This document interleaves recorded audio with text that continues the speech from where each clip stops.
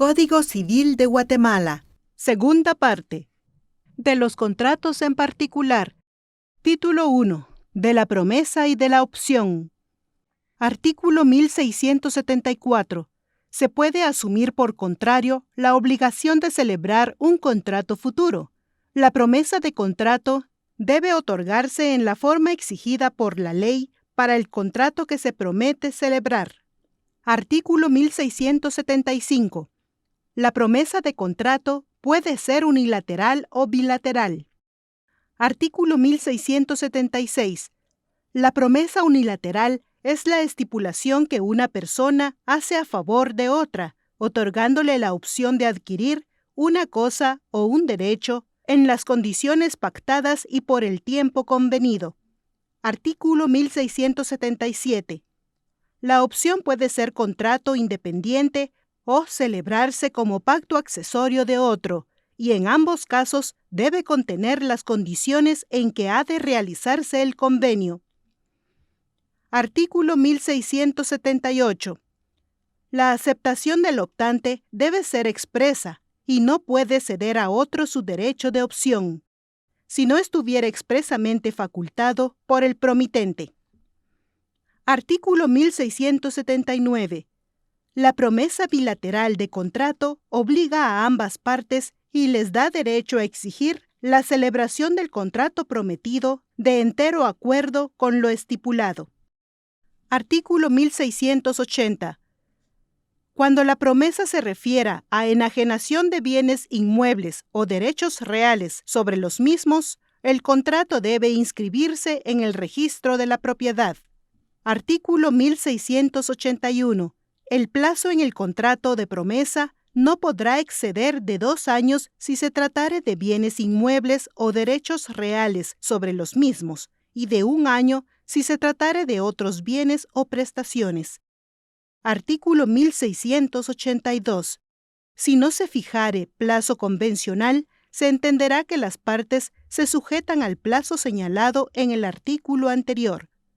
Artículo 1683. Si el promitente se negare a otorgar la escritura para dar forma legal al contrato prometido, en su rebeldía lo hará el juez, salvo que la cosa haya pasado a tercero de buena fe, en cuyo caso la promesa se resolverá en el pago de daños y perjuicios. Artículo 1684. La acción para exigir el cumplimiento de la promesa deberá entablarse dentro de los 3 meses siguientes al vencimiento del plazo convencional o legal. Vencido el plazo a que se refiere el párrafo anterior para entablar la acción sin que ésta se haya ejercitado, las partes quedan libres de toda obligación. En este caso, si hubo arras, las devolverá quien las recibió. Artículo 1685. Cuando en la promesa se conviene en el pago de una multa sin expresar que este pago es sin perjuicio del cumplimiento del contrato, pagada la multa, cesa la obligación de celebrar el contrato prometido. Título 2. Del mandato. Capítulo 1. Disposiciones generales. Artículo 1686.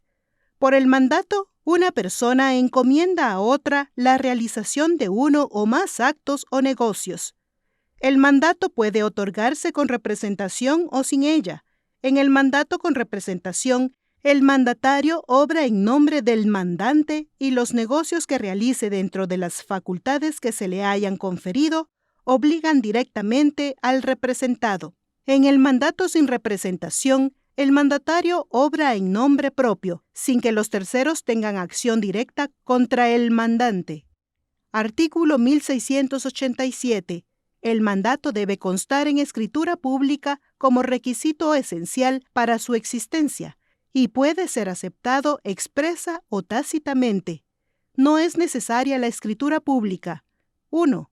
Cuando se trata de asuntos cuyo valor no exceda de 1,000 quetzales, en cuyo caso puede otorgarse el mandato en documento privado, legalizado por notario o en acta levantada ante el alcalde o juez local con las formalidades legales. Sin embargo, si el mandato se refiere a la enajenación o gravamen de bienes inmuebles o derechos reales sobre los mismos, es obligatorio el otorgamiento del poder en escritura pública. Y 2. Cuando la representación se confiere por cartas, poderes para la asistencia a juntas y demás actos en que la ley lo permita. El mandato para asuntos judiciales queda sujeto, especialmente, a lo que establecen las leyes procesales. Artículo 1688. Pueden ser objeto de mandato todos los actos o negocios para los que la ley no exige intervención personal del interesado. No se puede dar poder para testar o donar por causa de muerte, ni para modificar o revocar dichas disposiciones. Artículo 1689. Solo es gratuito el mandato si el mandatario hace constar de manera expresa que lo acepta de ese modo. Artículo 1690. El mandato es general o especial. El general comprende todos los negocios del poder dante y el especial se contrae a uno o más asuntos determinados. Artículo 1691. Los representantes de los menores, incapaces o ausentes no pueden dar poder general, sino solamente especial, para asunto determinado que no pueda ser atendido personalmente por ellos. Artículo 1692. Se necesita poder especial para donar entre vivos, contraer matrimonio, otorgar capitulaciones matrimoniales, pactar las bases referentes a la separación o al divorcio, demandar la nulidad o insubsistencia del matrimonio, constituir patrimonio de familia, reconocer hijos y negar la paternidad. Artículo 1693. El poder general necesita cláusula especial para enajenar, hipotecar, afianzar, transigir, gravar o disponer de cualquier otro modo la propiedad del mandante y para todos los demás actos en que la ley lo requiera. La facultad para celebrar negocios o contratos implica la de otorgar los correspondientes documentos. Artículo 1694. No se puede ejercer al mismo tiempo poder de varias personas cuando entre éstas hay colisión de derechos. Tampoco puede un solo mandatario otorgar contratos representando a la vez los derechos o intereses de las dos partes contratantes, sin autorización de los mandantes. Artículo 1695. El marido no puede, sin el consentimiento expreso de la mujer, ni ésta sin el de aquel, dar poder para asuntos relativos a los bienes comunes o para contratos de los que resulten obligaciones para ambos. Artículo 1696. Por las personas jurídicas, confieren poder las personas individuales que las representen, debiendo limitarse el mandato a los negocios que son objeto de la sociedad. Artículo 1697. Para que las personas jurídicas puedan ejercer mandato, es necesario que las operaciones a que el poder se refiera entren en el curso de los negocios de aquellas, o que de conformidad con el instrumento de su constitución o respectivos estatutos estén facultados los gerentes o representantes para aceptarlos. Artículo 1698.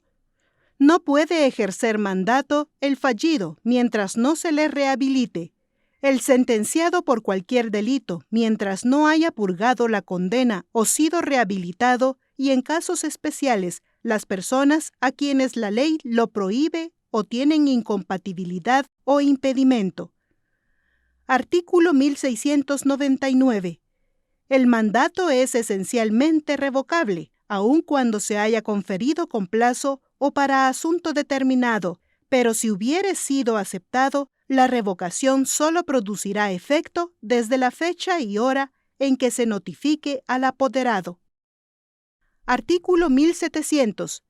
Es válido el poder otorgado en el extranjero con sujeción a las formalidades externas prescritas por las leyes del lugar en que se otorga, pero si para el acto o contrato objeto del poder la ley de Guatemala exige facultad especial, debe sujetarse a lo dispuesto en esta. Artículo 1701. El poder que se da a dos o más personas será ejercitado conjuntamente si el mandante no expresó que se ejercite por separado. Artículo 1702. El mandato en que se le confiere al apoderado la facultad de otorgar poderes o sustituir el que se le otorga no autoriza al mandatario para dar facultades no comprendidas en el mandato, ni más amplias que las que le fueron conferidas. Artículo 1703. Es nulo lo que el apoderado haga excediéndose de los límites del mandato o sin contener éste las facultades necesarias. Artículo 1704. El testimonio de la escritura pública del mandato y el de la revocación deben presentarse al registro de poderes. Capítulo 2. Obligaciones del mandatario. Artículo 1705. El mandatario queda obligado por la aceptación a desempeñar con diligencia el mandato y a responder de los daños y perjuicios que de no ejecutarlo se ocasionen al mandante. Artículo 1706. El mandatario debe sujetarse a las instrucciones del mandante y no separarse ni excederse de las facultades y límites del mandato. Está obligado a dar cuenta de su administración, a informar de sus actos y a entregar los bienes del mandante que tenga en su poder en cualquier tiempo en que éste lo pida. Artículo 1707. El apoderado debe desempeñar personalmente el mandato y solo podrá sustituirlo si estuviere facultado expresamente para hacerlo. Queda libre de responsabilidad el apoderado cuando hace la sustitución en la persona designada por el mandante. Si la designación se hiciere por el apoderado, éste es responsable si la sustitución recayere en persona notoriamente incapaz o insolvente. Artículo 1708. Aceptado el mandato, no puede el apoderado renunciarlo sin justa causa cuando hubiere negocios pendientes de cuya interrupción pueden resultar perjuicios al mandante, y si lo renuncia, deberá continuar la gestión de los asuntos pendientes hasta que se le reemplace. Artículo 1709. Cuando el mandatario queda inhabilitado o le sobrevienen causas de incompatibilidad y el mandante no ha designado sustituto, podrá el juez nombrarlo bajo su responsabilidad para mientras aquél lo hace, pero solamente para continuar los asuntos pendientes de carácter urgente. Artículo 1710. Sin la autorización previa y escrita del mandante, no puede el mandatario usar ni adquirir para sí ni para sus parientes legales las sumas o bienes que de él haya recibido o por su cuenta, bajo pena de nulidad y pago de daños y perjuicios que se sobrevengan al mandante. Artículo 1711. Si una causa imprevista y fundada hiciere perjudicial a juicio del mandatario la ejecución de las instrucciones recibidas, podrá suspender su cumplimiento bajo su responsabilidad, dando cuenta al mandante por el medio más rápido posible. Capítulo 3. Obligaciones del mandante. Artículo 1712. El mandante debe cumplir todas las obligaciones que el mandatario haya contraído dentro de los límites del mandato. En lo que el mandatario se haya excedido, no queda obligado el mandante, sino cuando lo ratifica expresa o tácitamente. Artículo 1713. El mandante debe anticipar al mandatario, si éste lo pide, las cantidades necesarias para la ejecución del mandato. Si el mandatario las hubiera anticipado, debe reembolsarlas el mandante, aunque el negocio no haya salido bien, siempre que el mandatario no haya incurrido en culpa. El reembolso comprenderá los intereses de la cantidad anticipada, a contar desde el día en que se hizo la anticipación. Artículo 1714. Debe también el mandante indemnizar al mandatario de todos los daños y perjuicios que le haya causado el cumplimiento del mandato, sin culpa ni dolo del mismo mandatario. Artículo 1715. El mandatario podrá retener las cosas que son objeto del mandato hasta que el mandante realice la indemnización y reembolso de que tratan los artículos anteriores. Artículo 1716.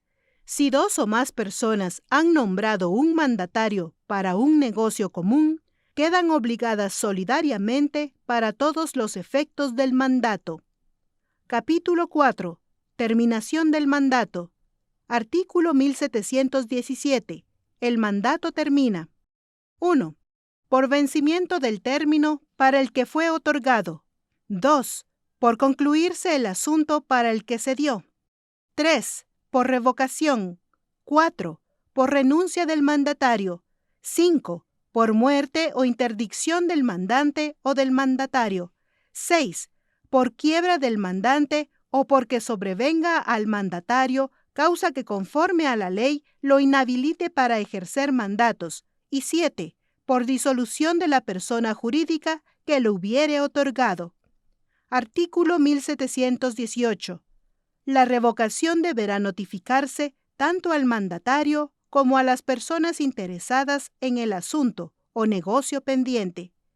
Artículo 1719. La revocación notificada únicamente al mandatario no puede oponerse a terceros que, ignorándolo, hubieren tratado con él y así lo prueben, pero en tal caso queda al mandante su derecho expedito contra el mandatario. Artículo 1720. El nombramiento de nuevo mandatario para que se encargue del mismo o de los mismos asuntos o negocios, sin expresar que queda vigente el mandato anterior, equivale a la revocación de éste. Los efectos de la revocación comienzan desde el día en que se notifica al anterior mandatario el nombramiento del sucesor. Artículo 1721. Por la revocación que el mandante haga del mandato, quedan revocados los poderes y las sustituciones que el apoderado haya otorgado, salvo que el poderdante expresamente lo confirme. Esta revocación debe notificarse a los sustitutos para que surta sus efectos. Artículo 1722.